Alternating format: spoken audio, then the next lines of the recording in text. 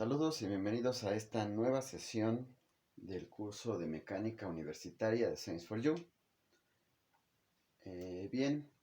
Vamos a continuar con el programa de un curso normal de mecánica a nivel universitario y vamos a seguir hablando de la conservación de algunas cantidades. En las sesiones anteriores hablamos de la energía y su conservación bajo la restricción de que la fuerza que actúa sobre un objeto tiene una estructura, de manera que nosotros le podemos decir que que la fuerza o el campo de fuerzas es conservativo.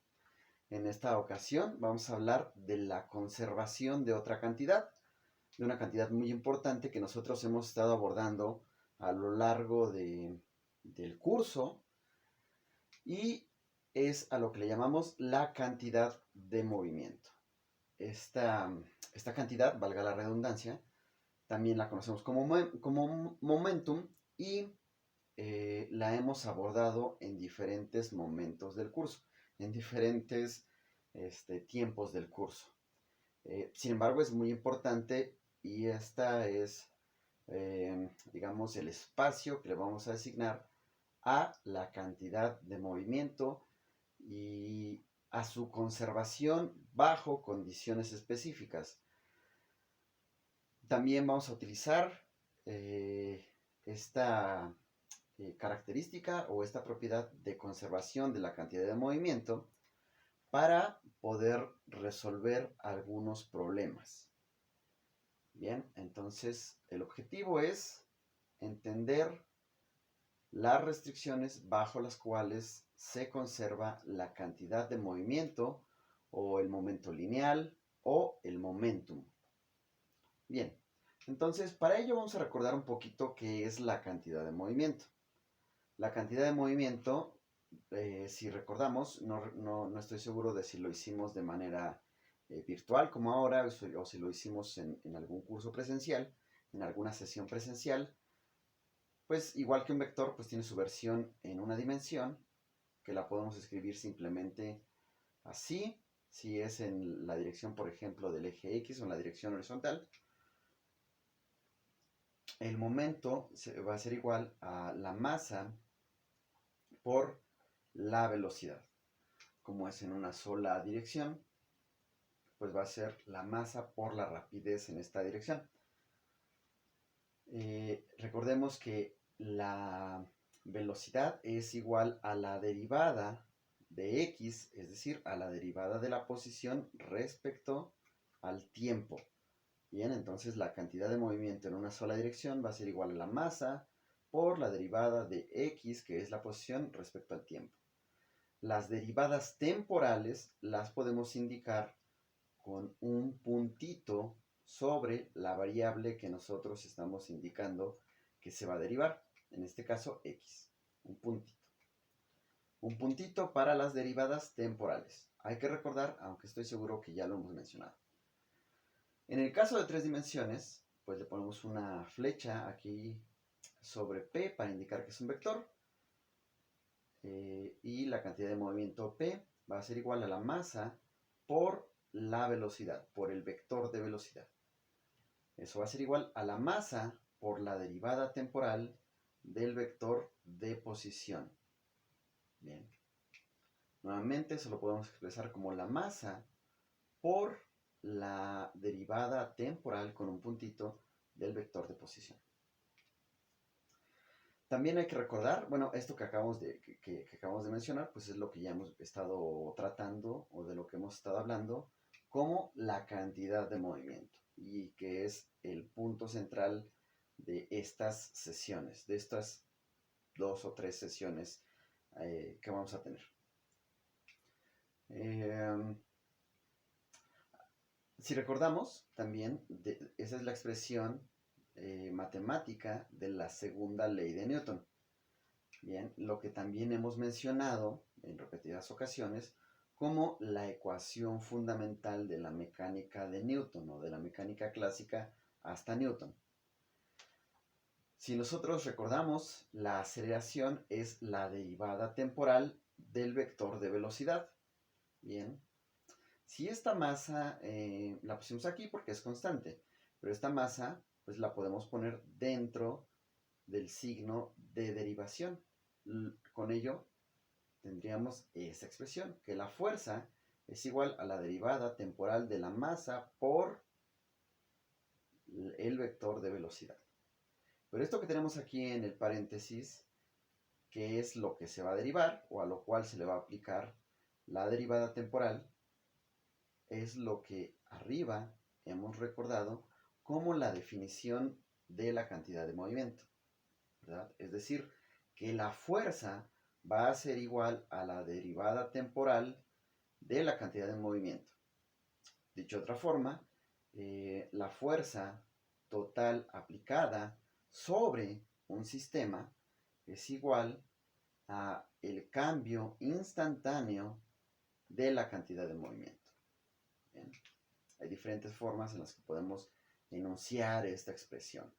Aquí lo importante es rescatar que la fuerza es igual a la derivada temporal de la cantidad de movimiento. Y que esta fuerza es la fuerza total aplicada sobre un sistema. Bien, esta es la fuerza total aplicada sobre un sistema. ¿A qué nos referimos con fuerza total?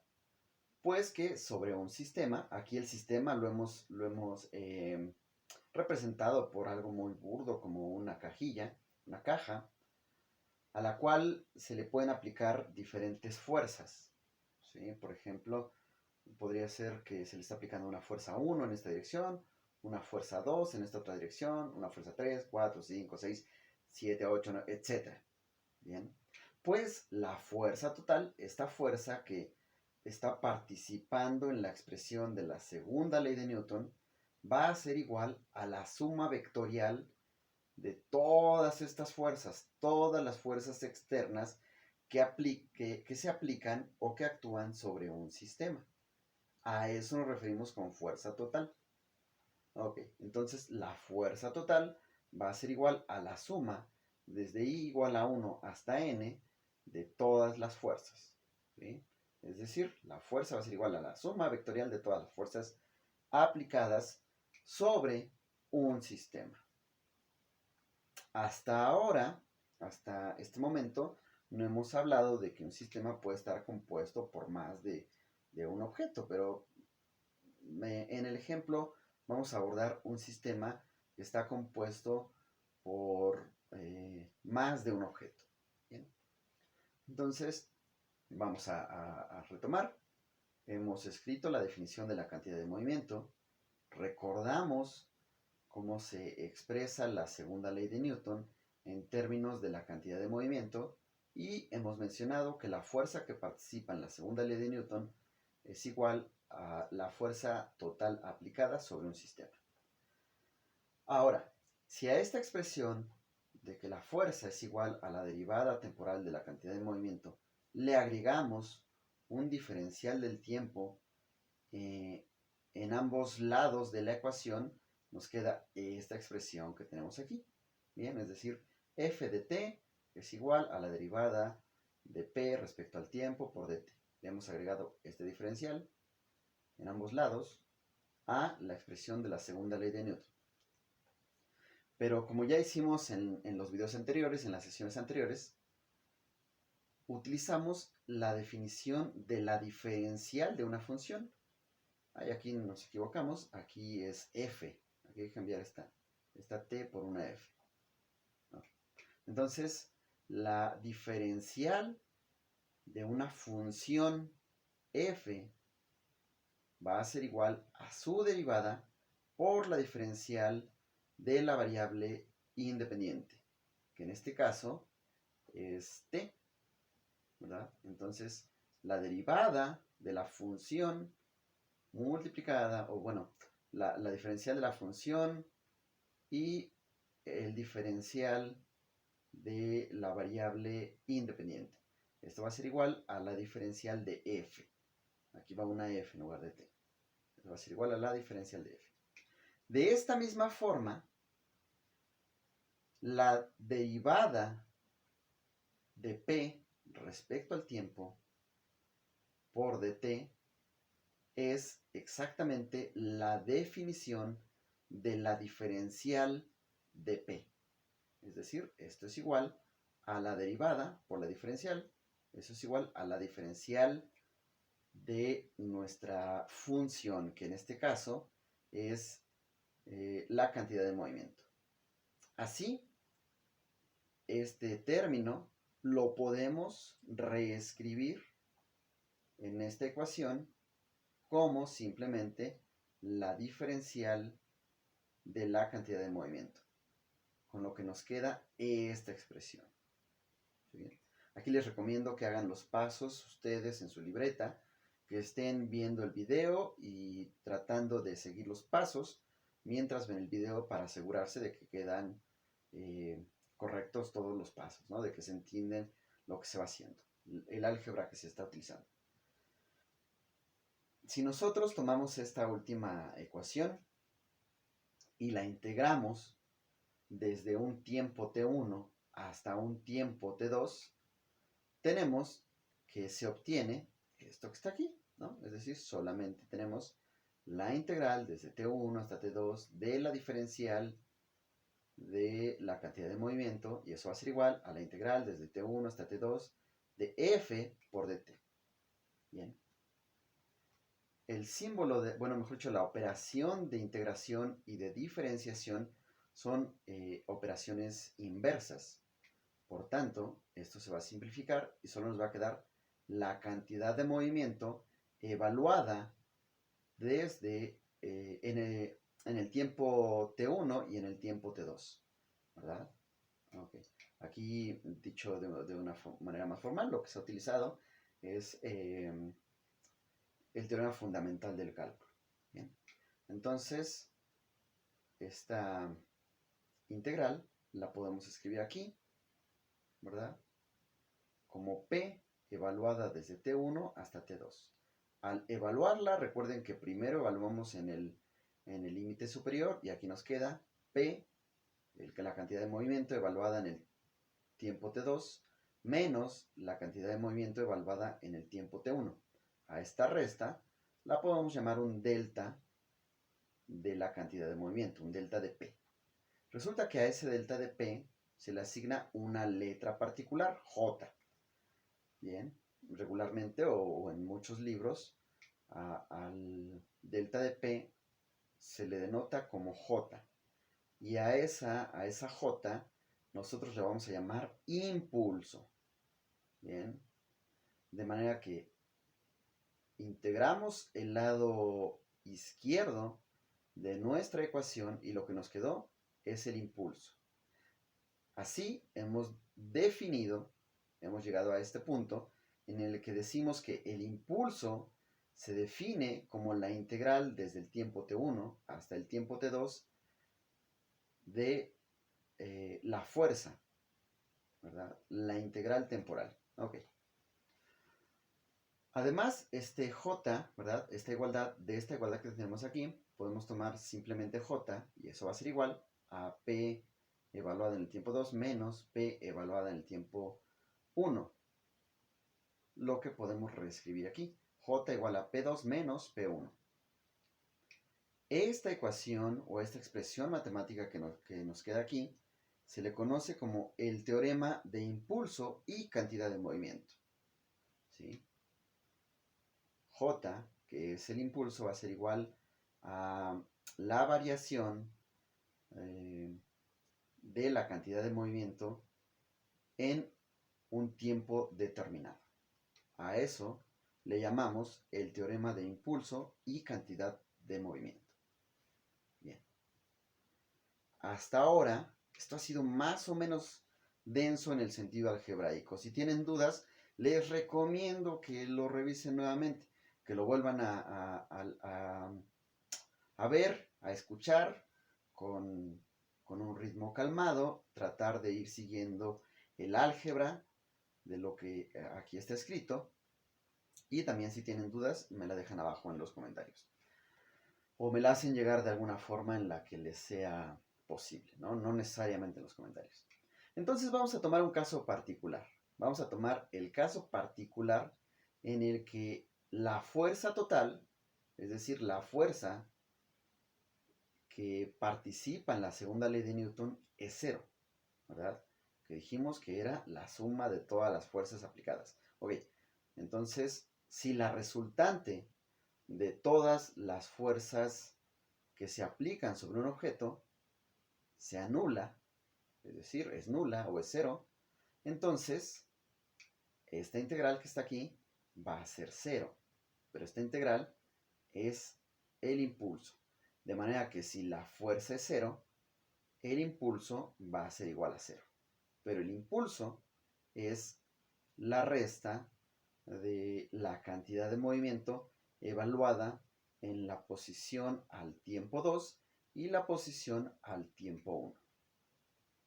Si nosotros escribimos estas cantidades de movimiento en los dos diferentes miembros de esta ecuación, nos queda esto que está aquí, ¿verdad? Que es una expresión muy importante, ¿sí? En resumen, o mejor dicho, el enunciado que resume esta expresión de la propiedad que tiene la cantidad de movimiento de ser igual en dos tiempos diferentes cuando la fuerza total aplicada sobre un sistema es cero, se denomina el teorema de conservación de la cantidad de movimiento. Bien, y que dice lo siguiente: cuando la resultante de las fuerzas externas es nula, se conserva la cantidad de movimiento. Decimos que se conserva porque la cantidad de movimiento, vean que no cambió a pesar de que el tiempo cambió de T1 a T2. Bien, la cantidad de movimiento se va a conservar. ¿Cuándo se va a conservar? Cuando la resultante de las fuerzas externas sea igual a cero. Bien, ok. Vamos a recordar todo esto, que es la parte conceptual, es la parte teórica, y ahora vamos a resolver un ejercicio. Y aquí tenemos el ejemplo que vamos a utilizar para explicar la aplicación de la conservación de la cantidad de movimiento. Entonces, nuestro ejemplo es más o menos clásico y dice lo siguiente: dos patinadores chocan y se abrazan quedando unidos después del choque. Sophie, la patinadora, cuya masa es de 50 kilogramos, originalmente se mueve hacia el oeste, es decir, hacia acá, con una velocidad de 6 kilómetros sobre hora.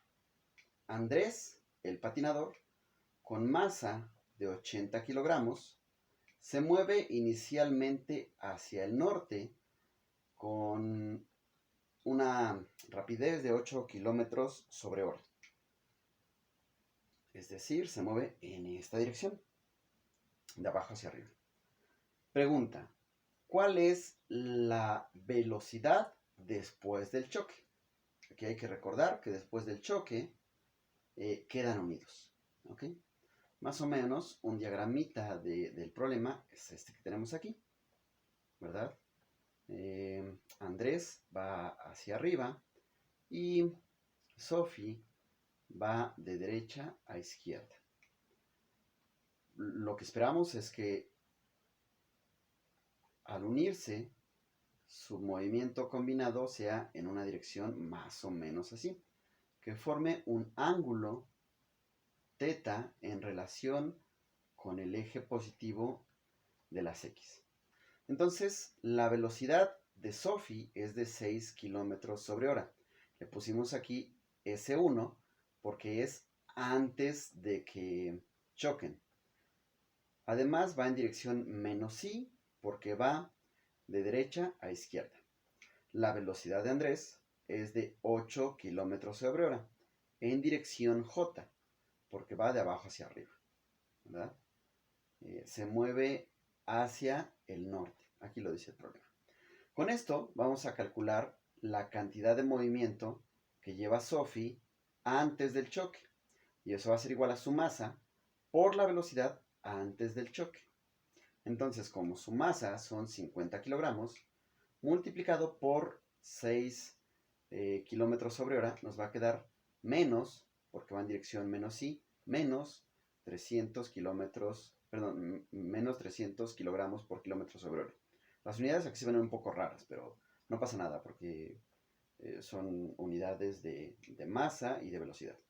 Ustedes pueden cambiarlas a gramo, metro o segundo, sin ningún problema.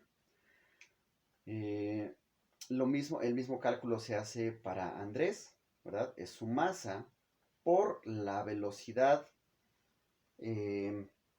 antes de que se dé la colisión o de que se dé el choque.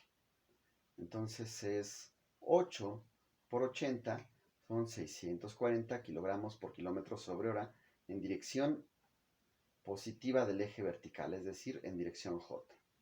Así, la cantidad de movimiento antes del choque va a ser igual a la suma de la cantidad de movimiento de Sophie y de Andrés. Es decir, va a ser P1 va a ser igual a PS1 más PA1. Y aquí las escribimos. La parte en I más la parte en J. La parte horizontal negativa es la contribución de Sophie y la parte vertical es la contribución del patinador Andrés. Bien, esta es la cantidad de movimiento antes de que ocurra el choque, de que ocurra la colisión. La cantidad de movimiento después de que ocurra el choque también va a ser igual a la suma de las cantidades de movimiento de Sophie y de Andrés después del choque. Y eso lo expresamos así, con una ecuación extremadamente análoga, ¿sí? Es la análoga a esta que tenemos aquí, donde PS1 es esta y PA1 es esto que tenemos aquí. La cantidad de movimiento de Sophie después del choque pues va a ser igual a su masa por la velocidad que lleve después de la colisión, y la de Andrés va a ser su masa por la velocidad que lleve Andrés después de la colisión. Le hemos puesto para ello la etiqueta o subíndice el 2, ¿verdad? Bueno, aquí me equivoqué en el orden de Andrés, pero no importa, no pasa nada. Entonces, lo que tenemos que notar es que el enunciado dice que después del choque quedan unidos. Eso significa que después del choque ambos llevan la misma velocidad. Bien. Como llevan la misma velocidad, a estas dos velocidades la vamos a nombrar simplemente como V2, ¿sí? La velocidad después de la colisión para ambos. Entonces, esta V2 la podemos escribir aquí y también aquí. Y así, como esta VS2 y VA2 representan la misma cantidad, la podemos factorizar y nos va a quedar la suma de las masas multiplicada por la velocidad 2. La suma de las masas es 130 kilogramos, de manera que P sub 2, es decir, la cantidad de movimiento después de la colisión, va a ser igual a 130 kilogramos por la velocidad 2, la velocidad que ambos patinadores van a llevar después de que ocurra la colisión. Aquí hay que notar que el sistema está constituido por dos, digamos, objetos, o si lo queremos decir así, o dos masas, por Sophie y por Andrés.